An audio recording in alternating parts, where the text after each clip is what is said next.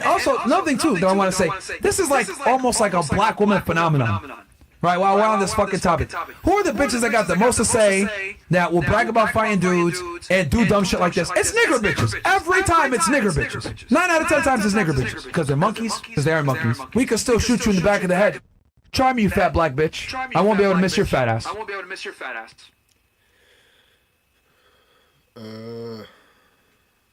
Man, what is going on with this dumb shit?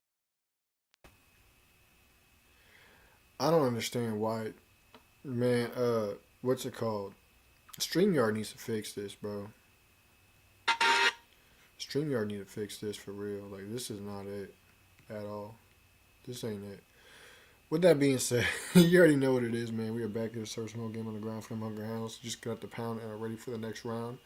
So make sure to grab your snacks, your drinks, your weed, whatever the fuck the case may be, because we finna jump right in this episode, man. He said Luka and LeBron both just had 30 points and took down the Knicks. Only lost one game since Luka joined. Curry has only lost one game since Jimmy Butler joined, and dude scored 40 points tonight.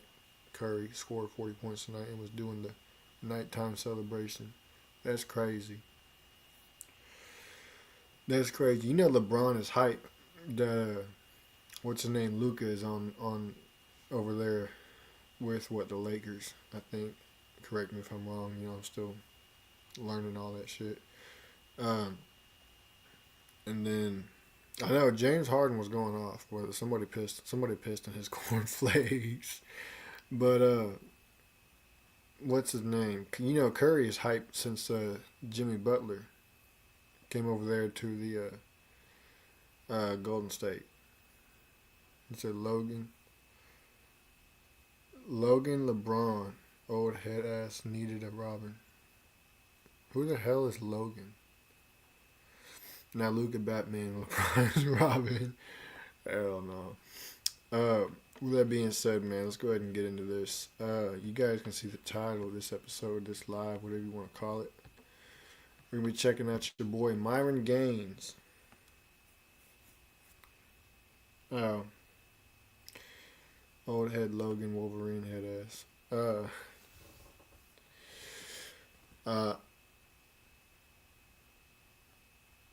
I don't get the correlation, but maybe I'm tripping. With that being said, let me fix this a little bit. There we go. Myron Gaines speaking on Andrew Tate's situation in Florida. UFC 313 press highlights and Andrew Tate. We're going to continue the interview that he was doing on that podcast that we were checking out yesterday. So with that being said, let's go ahead and jump into this, man. Oh, true. All right. Let's get into this, man. Think if they really had charges on So Luka like the little Wolverine girl in the movie. Hell no. and they actually had a strong case, they would let him leave? Because I'll tell you this looks really bad for the Romanian government. Not only did they have a file get sent back to them after years of investigation saying it lacks evidence, they also had to concede and let him leave the country. So if the case was as strong as a lot of you astronaut say that hate Andrew so much and just want him to go to jail, if the case was that strong, they wouldn't have let him leave. I don't know why Ron's answer wasn't, he has an American passport. The judicial system in Romania, which I know absolutely nothing about, decided to let him fly, and he's flown to his home country. As far as we're concerned, he's broken no laws. Instead, what he did was say, we're going to get our attorney general to try and find some laws he's broken and wreck this man who's done... Yeah, that's actually pretty fucking ridiculous, bro. That's actually fucking ridiculous. ...done nothing inside of the United States ever. Find the man and I'll find a crime. Remember that? Communist times. Isn't the whole point of democracy innocent until proven guilty? I've yet to even have a trial, let alone a conviction. I've never even been tried. After 3 years, I've never been to trial. And this is true. As much as everyone wants to hate on Andrew Tate, because there's a bunch of fucking Twitter accounts, by the way, that are talking shit and saying these guys are traffickers and all this other bullshit. Fine, you know what? Let's go ahead and go with your little thing. Here's the reality, though, and this you can't refute. Even the biggest Andrew Tate haters can't refute this. One of the files was sent back to the prosecutors because it lacked evidence. Now, some people get angry when Andrew says the case was dismissed. Some people say it wasn't dismissed. It was simply sent back to the prosecutors to have more evidence. But the fact of the matter is simply this, because I really want the haters to understand this, right? The fact of the matter is simply this. There was insufficient evidence to go to trial. Okay? It's on the prosecution to bring the evidence forward. So the fact that the prosecution brought the evidence forward and a judge said, this isn't enough to go to trial, that doesn't look very good. Okay? Now, I know some of you guys are saying, well, he's going to get indicted again and there's going to be another file. That's fine. That's fine. But what matters is, they spent years building this file. Time to go to trial. Judge looks at it. This is insufficient for trial. Sends it back. That doesn't look good no matter what the fuck you say. You could be the biggest Tate hitter in the world. Some of you guys get angry when he says the case was dismissed. Fine. Don't even use that term. But the fact is simply this. The file got sent back to the prosecution because it lacks sufficient evidence to stand trial. And it's crazy how so many people out there will overlook that just so they can have something to hate. Like it's crazy, man. Absolutely crazy, bro. People will look for any excuse just to hate on somebody, even if it's false, even if their reason makes no sense at all whatsoever. They will still find a reason to hate you. Because that's what's in their heart. They'll believe any bullshit excuse, any bullshit opinion or bullshit accusation because that hatred is in their heart. And it's crazy. And all you bitch ass niggas on Twitter know exactly what I'm talking about. There's like 3 accounts that I can think of right now that are the biggest fucking Tate haters on X. You guys know exactly who I'm talking about. You guys get all butthurt when he says the case was dismissed. You guys say it's misinformation, he's lying. When he says the case was dismissed. Fine, let's say the case wasn't dismissed. I'll tell you this. It ain't ready for fucking trial, and they've had years to fucking build it. That's number one. Number two, they were allowed to leave Romania. Okay? Let's exercise a little bit of common sense here. I'm the Romanian prosecutor. I'm the Romanian government. Prior to Andrew Tate dealing with this criminal case, no one knew where the fuck Romania was on a map. Okay? Let's be honest here. 99% of you motherfuckers did not know Romania even existed before Andrew Tate. He literally put the country on the map. And I mean that shit. Okay? So, with the amount of press and attention and worldwide intrigue in this case, and in your government that's pursuing Andrew Tate in this case, you think if they really had charges on him and they actually had a strong case, they would let him leave? Like, real talk. Even the biggest haters that hate Andrew Tate. Be honest with me here, okay? I'm speaking from a neutral standpoint. I'm not speaking as if this guy's my friend right now. I'm speaking completely neutrally at this point. If the Romanian government truly had the evidence that they needed to convict him and he was guilty, do you think they would have let him out of jail? No. They would be handcuffed and put in prison. Like straight up prison. Probably one of the worst ones that they have. If he was really convicted of the trafficking bullshit that they're saying that he's guilty of. It's goofy, bro. It's really goofy. It's really goofy, bro. I'm still disappointed at Ron DeSantis' comments about Andrew and Tristan coming back to the U.S. to Florida. I'm still disappointed as fuck in that, bro. Like you can't make it up. You can't make it up. Do you think they would have let him off house arrest? Do you think they would have let him out the country? Nope. Because I'll tell you this. This looks really bad for the Romanian government. Not only did they have a file get sent back to them after years of investigation, saying it lacks evidence from the fucking judge, they also had to concede and let him leave the country. So if the case was as strong as a lot of you Ascalon say that hate Andrew so much and just want him to go to jail, if the case was that strong, they wouldn't have let him leave. And you guys know this deep down. And it fucking burns you guys because you guys keep fucking tweeting saying that he's misinformation, he's lying. The fact of the matter is, this case put the nation of Romania in the fucking limelight. It put the government in the limelight. It put the prosecutor in the limelight. It put the judge in the limelight. If there's any case that they can't afford to lose, it's fucking this one. All right? And they lost it anyways. That's why they're so angry. So the fact that they've sent files back, the fact that they've let them leave the country, the fact that they keep getting their stuff back, the fact that they get their money back, their cars back, their land back, etc., tells me that the case was weak from the fucking beginning. And I think anyone with common sense, even people that don't like the Tate brothers, you don't have to like them. But look at this objectively. Romania has everything to fucking lose. Why the fuck? Why the fuck would they let them leave? And embarrass their judicial system the way they're doing right now. They don't have evidence to go to trial, chat. Facts are facts. Cry, cry, cry. But anyway, me just exercising a little bit of common sense here. All those times I'm walking in and out of court, I've never had a trial. And communism, as we've And they can't have a trial because they don't have evidence. understood it and tried very hard to fight against for so long, the basic premise is that you find the man and then find the crime. Is that not exactly what Ron DeSantis just promised to all of his constituents? It's not, we've seen a crime, let's find the perpetrator. And I want to say another reason for this as well is because there's been a bunch of like traditional conservatives that have been complaining about Andrew Tate coming to Florida, Ben Shapiro, and a couple other idiots on Twitter, which is comical to me because here's the other thing too, I want to say this, because these tradcons also dislike me. What does Ben Shapiro have against Andrew and Tristan, bro?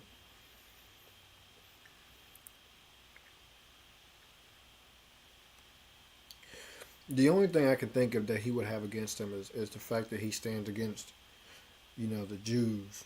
When in all reality, the Jews that he stands against are the fake ones, the evil ones. Those who claim to be Jews but are of the synagogue of Satan. Revelation talks about that. Y'all should really go read it. Those are the ones that are in power over there.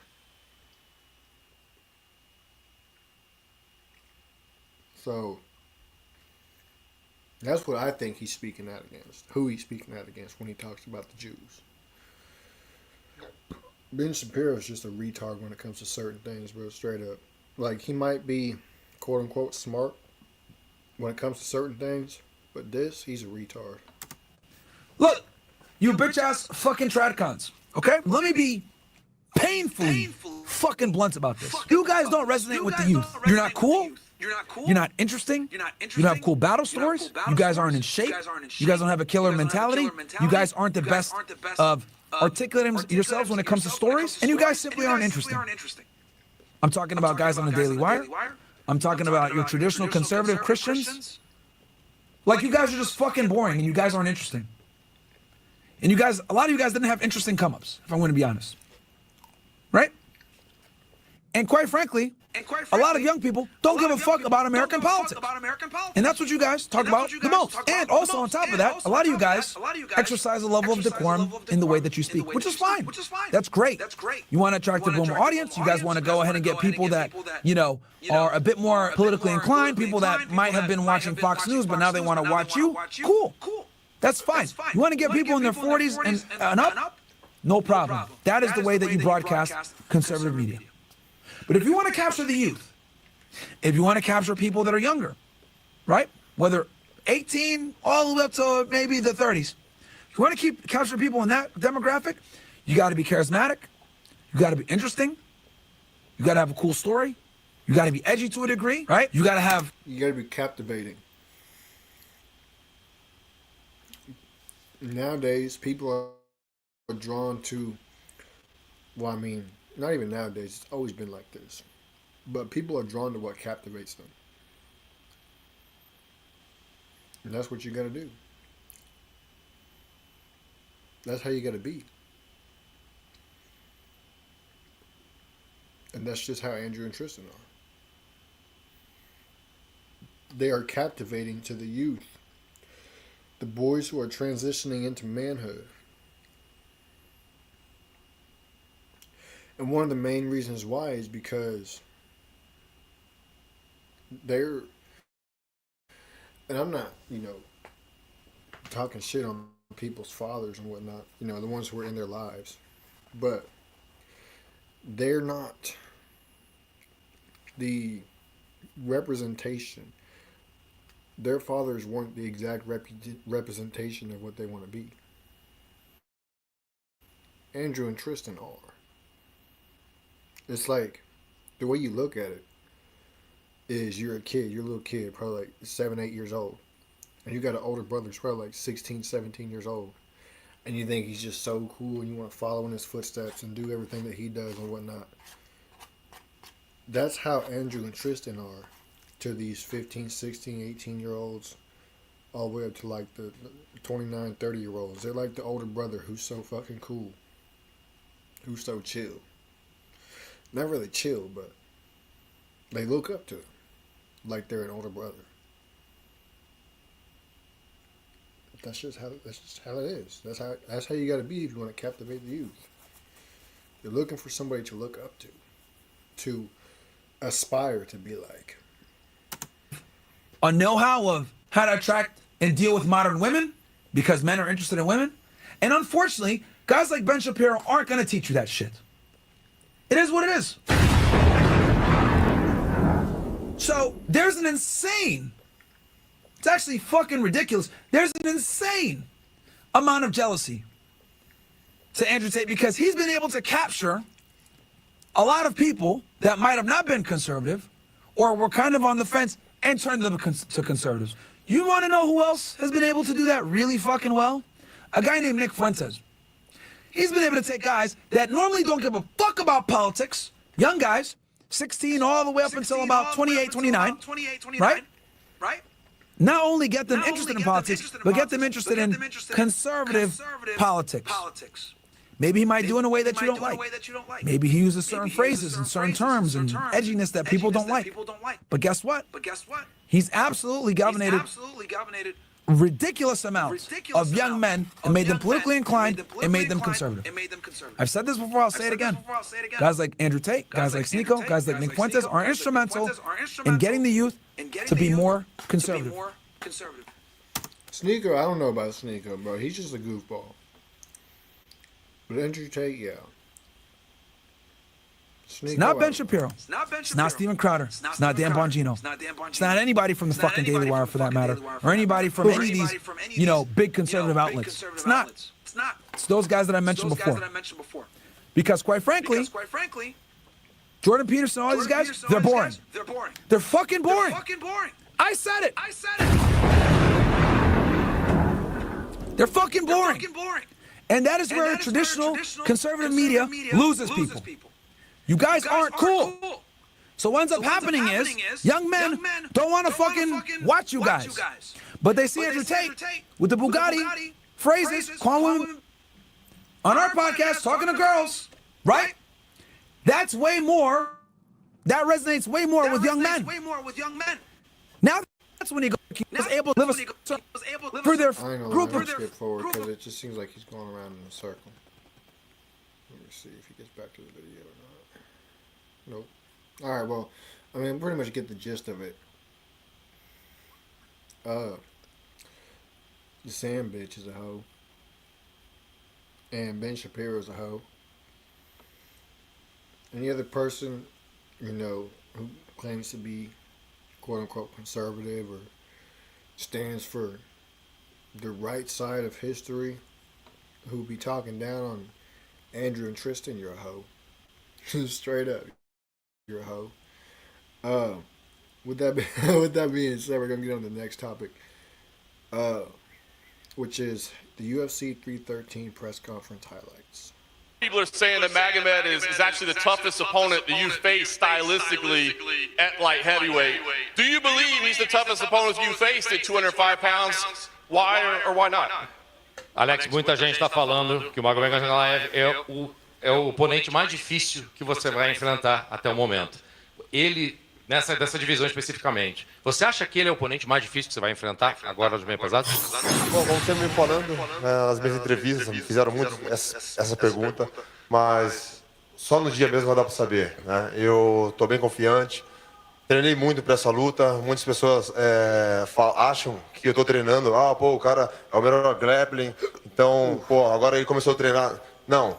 Desde o início, desde a minha primeira luta, eu sabia que todo mundo ia querer me colocar para baixo. Então eu vim treinando desde o início. I've been training a lot. First of all, I'm very, very prepared for this fight. I've been training a lot for this, and people have been saying that, hey, he's not a grappler. So because of the fact that Magomed is such a strong grappler. He's just started training for grappling right now. Well, I've been training for grappling since the beginning. And he never really had to use his grappling very much, so we've never really seen it.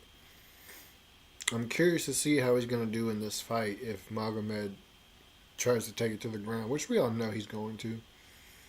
Once he feels the power of those punches and the pain in those leg kicks, he's going to take it to the ground.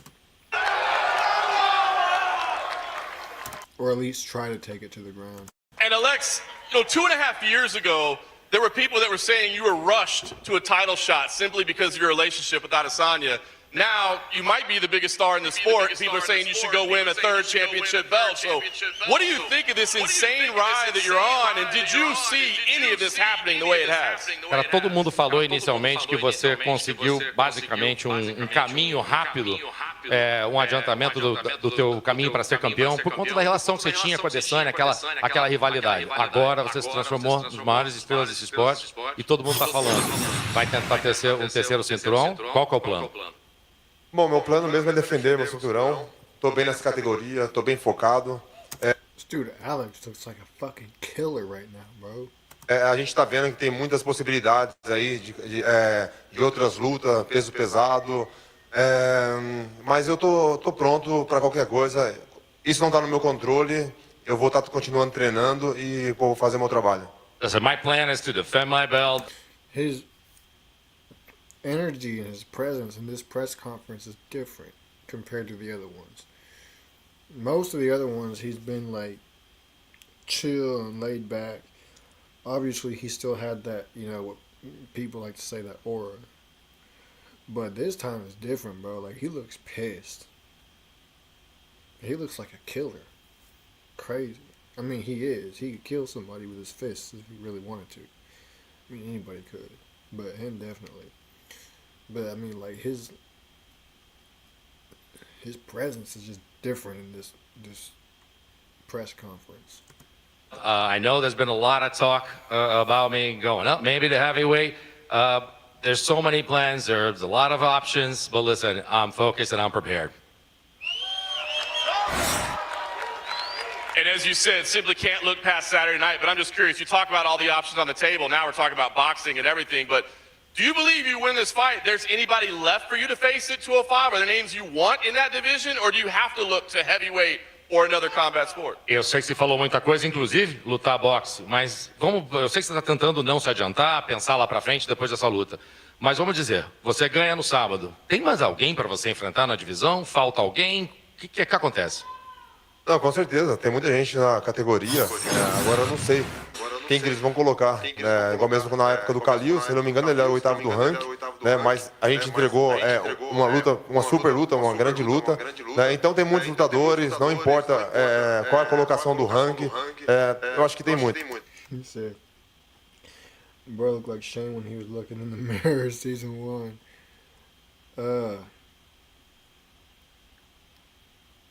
You sure that was season 1 or season 2? I think that was season 2. You're talking about right after he killed Otis, right? And he shaved his head. I'm pretty sure that was season 2. Listen, there are great fighters to fight still. I still believe that there's people to fight. Listen, think about Khalil Rountree.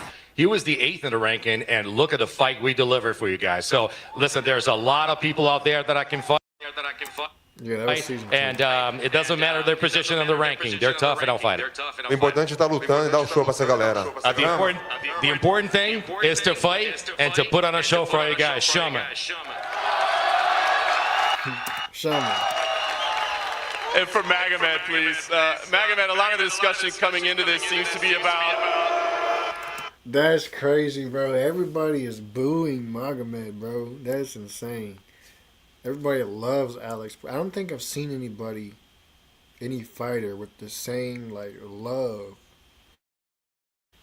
for this long of a period of time as Alex has. Maybe that'll switch. Maybe that'll change up. I don't know. But I don't know why, but I don't know why everybody loves Alex.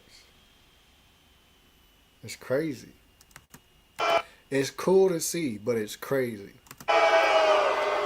A lot of discussion coming into this seems to be about whether you're going to stand or whether you're going to look to grapple against Alex, at the end of the day, you're just trying to win a championship belt. But is there something special added to that if you can knock out Alex Pereira?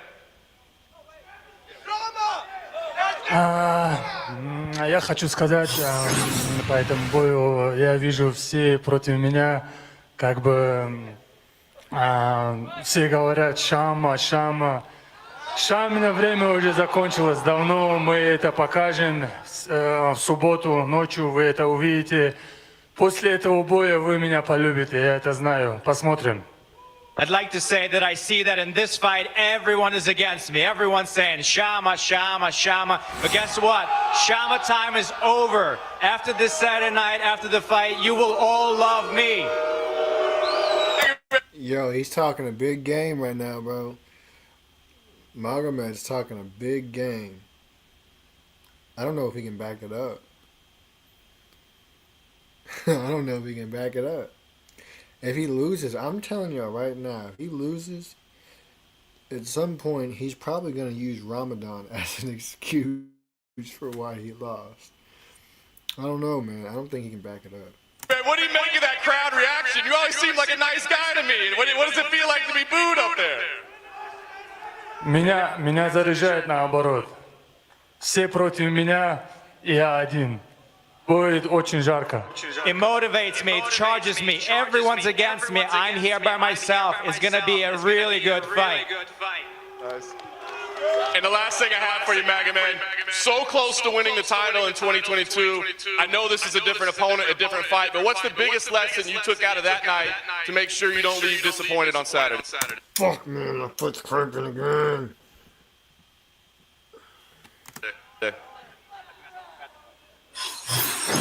Я не был обижен ни на кого, ни на каких бойцов. Я могу только злиться на себя. Прошлый бой мы все видели, кто выиграл в том бою. Но получилось так, что сделали ничего. Ну, а теперь это второй шанс, второй бой. Тем более с чемпионом, который долгое время оберегала UFC. Этот чемпион, по идее, должен сказать спасибо Дана Уайту за то, что его оберегли столько времени. Так что мы ждем этого момента.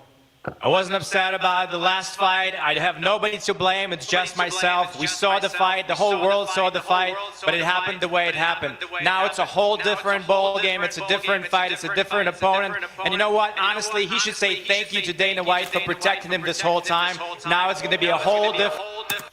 Bro, this dude was ducking. This dude was mad because he couldn't fight where he wanted to fight the first time.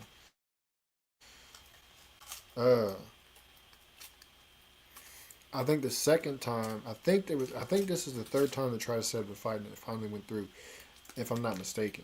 But I think the second time he used Ramadan as an excuse to not fight him. So, who's the one that's really scared, Magomed? You, son.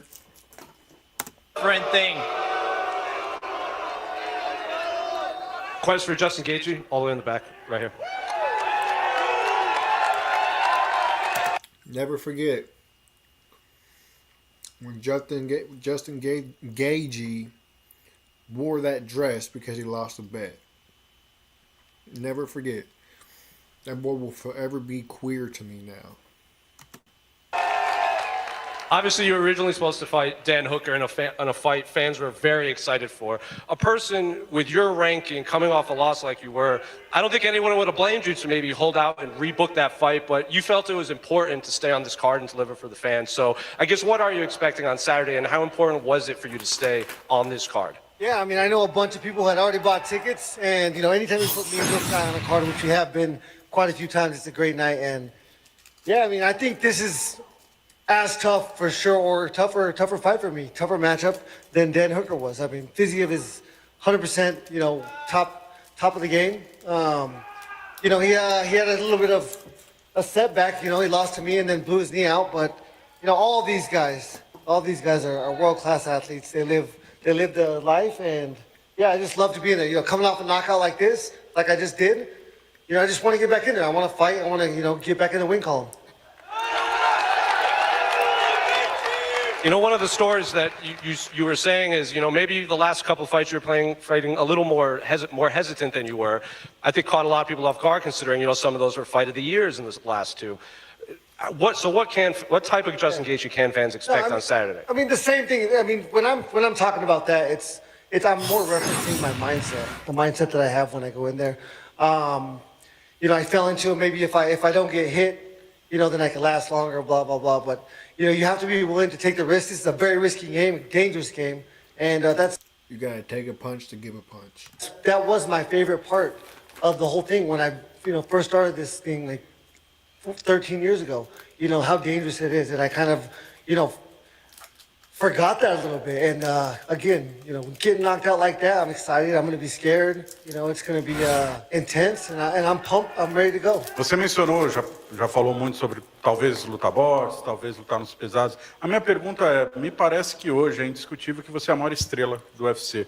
Você acha que esse status de superstar pode te dar mais poder de barganha nos bastidores para alcançar esses objetivos? Alex, you've talked about, you know, people are talking about going down a division, they've gone up to heavyweight, talked about being boxing.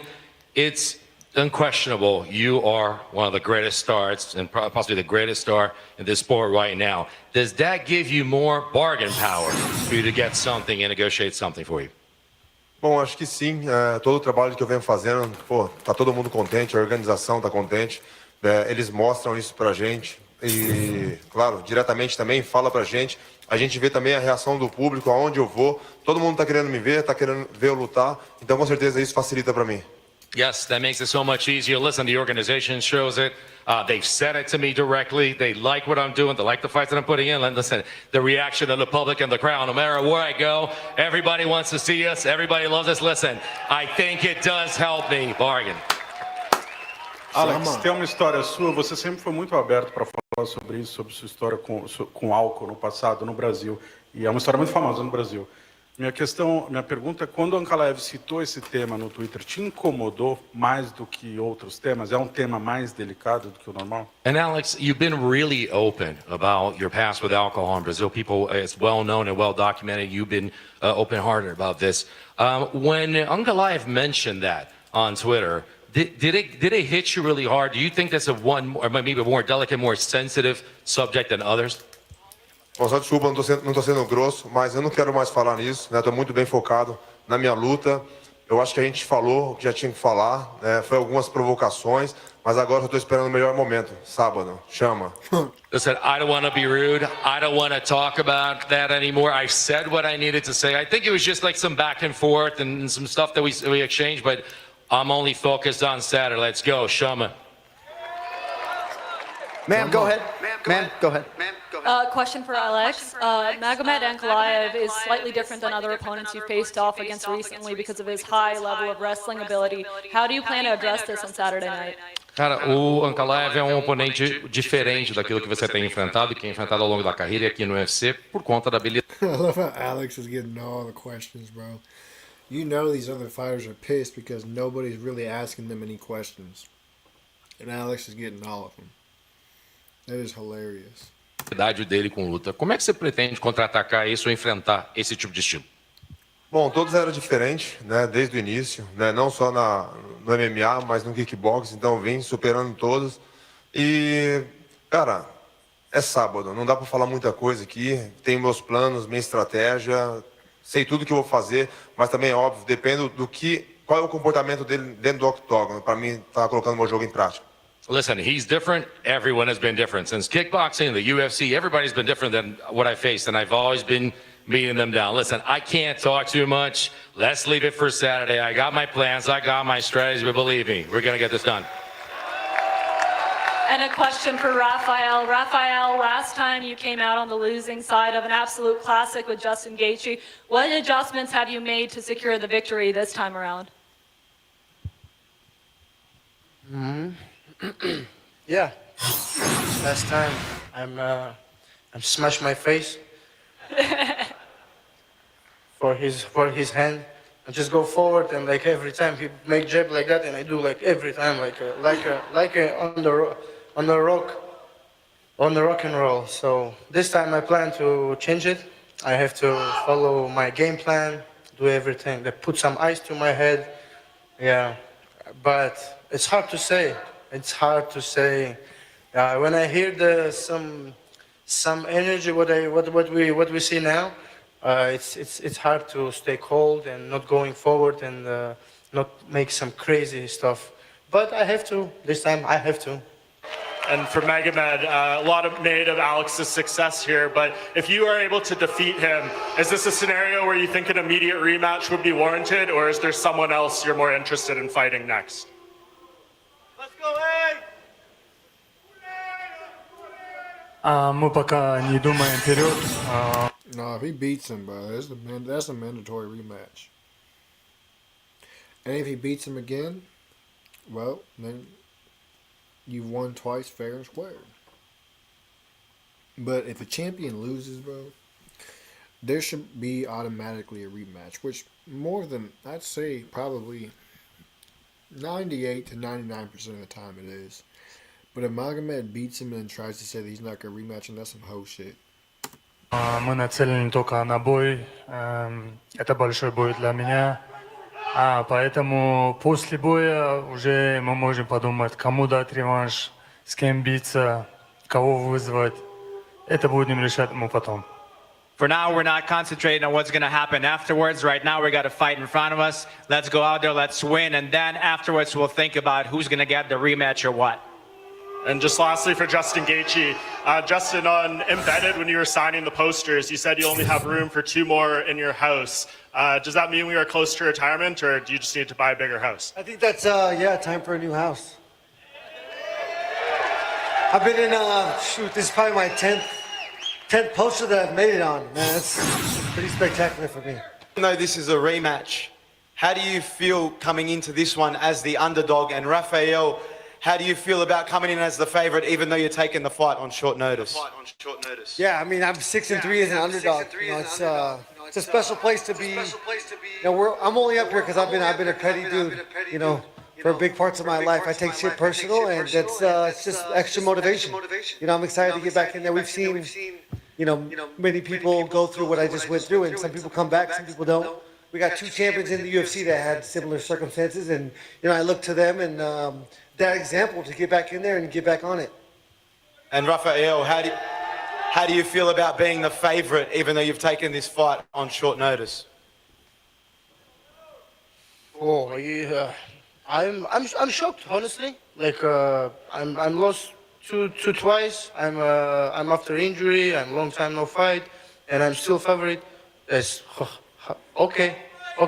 I do my best. I think it's because I went to sleep last fight. What did you say? Pretty sure it's because I went to sleep last fight. У меня такой вопрос. Если ты в этом бою одержишь победу тотальным доминированием, и Алекс будет понимать, что у него в принципе против тебя шансов нету, как думаешь, он вернется обратно работать в шиномонтажку? Question from Magomed. If you absolutely dominate Alex in this fight, if he understands that Magomed, when he smiles, be looking like Serge Tanky. he's got no way out in this fight, do you think you'll send him back working in the tire shop? That's fucked up, bro.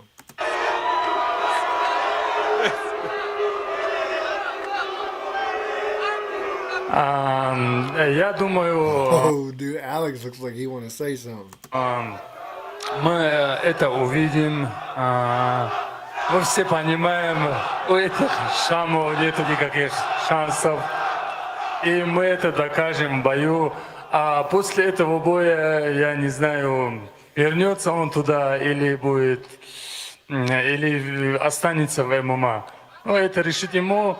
Но я собираюсь доминировать так, чтобы он подумал об уходе. Yeah, we're planning on absolutely dominate him on Saturday. We're going to make sure that Shama has no chances on Saturday.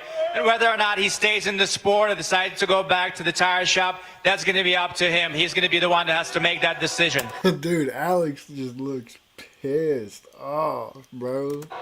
Go ahead, sir. First of all, guys, you can continue booing because my question is for Ankalaev, and yes, it's in Russian. Magomed, салам алейкум, ты сказал, что в субботу вечером время Шамы закончится, и всем этим красивым людям придется учить новое слово вместо Шама. Какое предложишь? You said that on Saturday it's going to be the end of Shama time. You're going to teach these people a brand new word that they're going to have to chant from then on. What word will you teach them to chant after Saturday? Ну, мы понимаем, эти же люди будут говорить «No Shama, Ankalaev time». The same people that are saying Shama now are going to be saying no Shama, it's Ankalaev time. Fought for the title already against a former opponent of yours. I don't think it's going to happen, bro. I don't think it's going to happen. Do you think Alex looks like he is currently right now charging up to reach a different level, like completely different level. he's evolved since then? And if so, what do you make of this current version of Ankalaev going into this weekend? Como um oponente lá, você sabe que ele é diferente de todos os oponentes que você teve até o momento. Como é que você vê essa reação que ele está tendo agora, a maneira que ele está reagindo? Ele está te tratando de uma maneira diferente.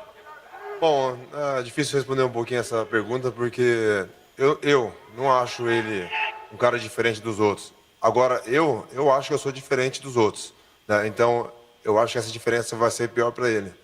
Listen, hard to answer that question because I don't think he's different from anybody else that I face. I can tell one thing. I am different than anybody else, and it's bad for him. Chama!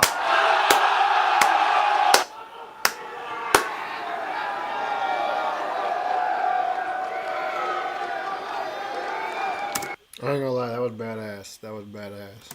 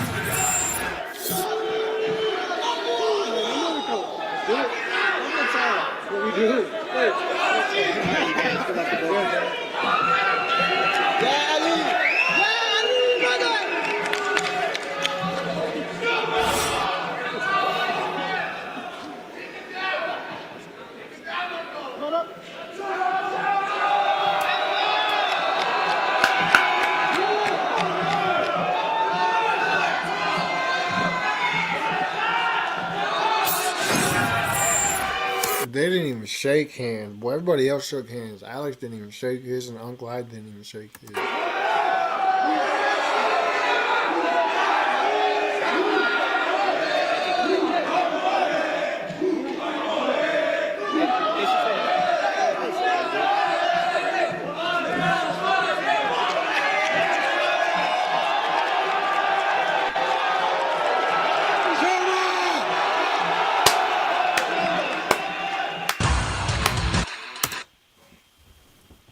Let's get it, man. I'm excited. I cannot wait. Magomed looks salty that Alex has the belt. Like, you look salty, bro, for real. Oh, man, I cannot wait.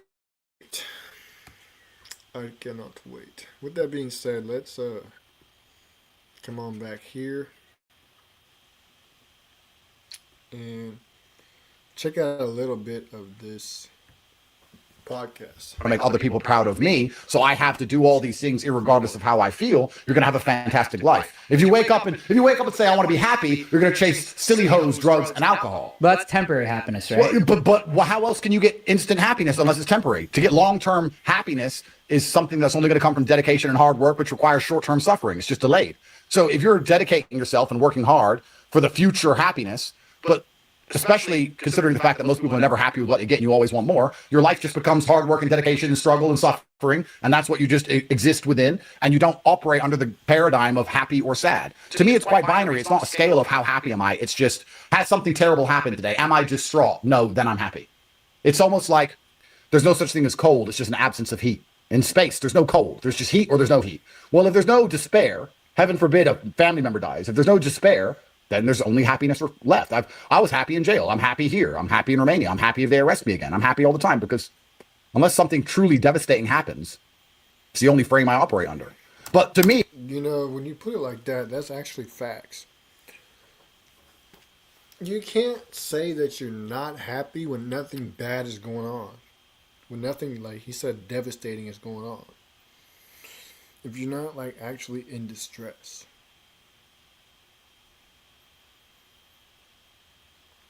Happiness is the absence of distraught, I guess you could say.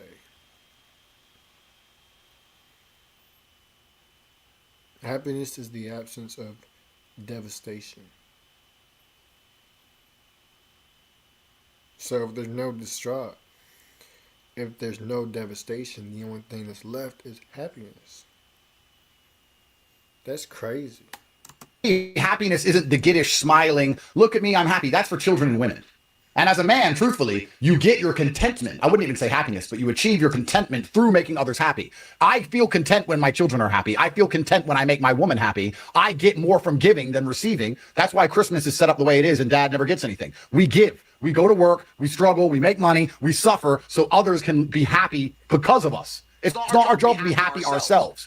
You show me a man who wakes up and says he wants to be happy himself, I'll show you a bitch.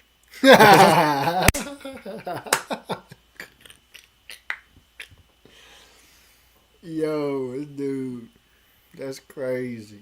Let me go back. We make money, we suffer so others can be happy because of us. It's not our job to be happy ourselves. You show me a man who wakes up and says he wants to be happy himself, I'll show you a bitch. Because that's not what you're supposed to do. As a man, you're supposed to wake up and say, all right, my life might be shit. I'm going to suffer. I may be miserable, but every single person I love is going to be happy. Instead, so you live externally, you live through them, you give them the happiness. So happiness. That's facts, man. And I'm sorry, y'all, but I got to cut this short because I got something I got to take care of. So I'm going to let RevX take it out from here. Serious, and you're looking for a Christ man, the one who anointed with the Lord, with the Spirit of the Lord, to do his will.